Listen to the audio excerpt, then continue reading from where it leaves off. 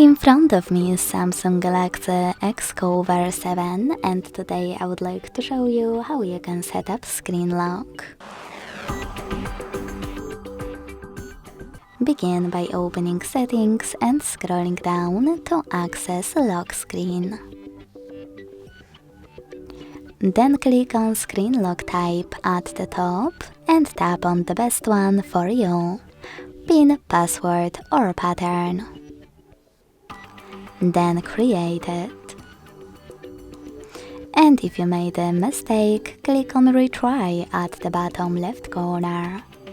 Then enter it correctly.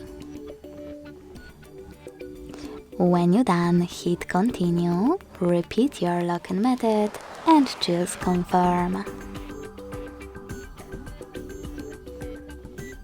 Then you can manage lock screen notifications by adjusting all of those options, and even switch them off completely by clicking on blue switcher at the top.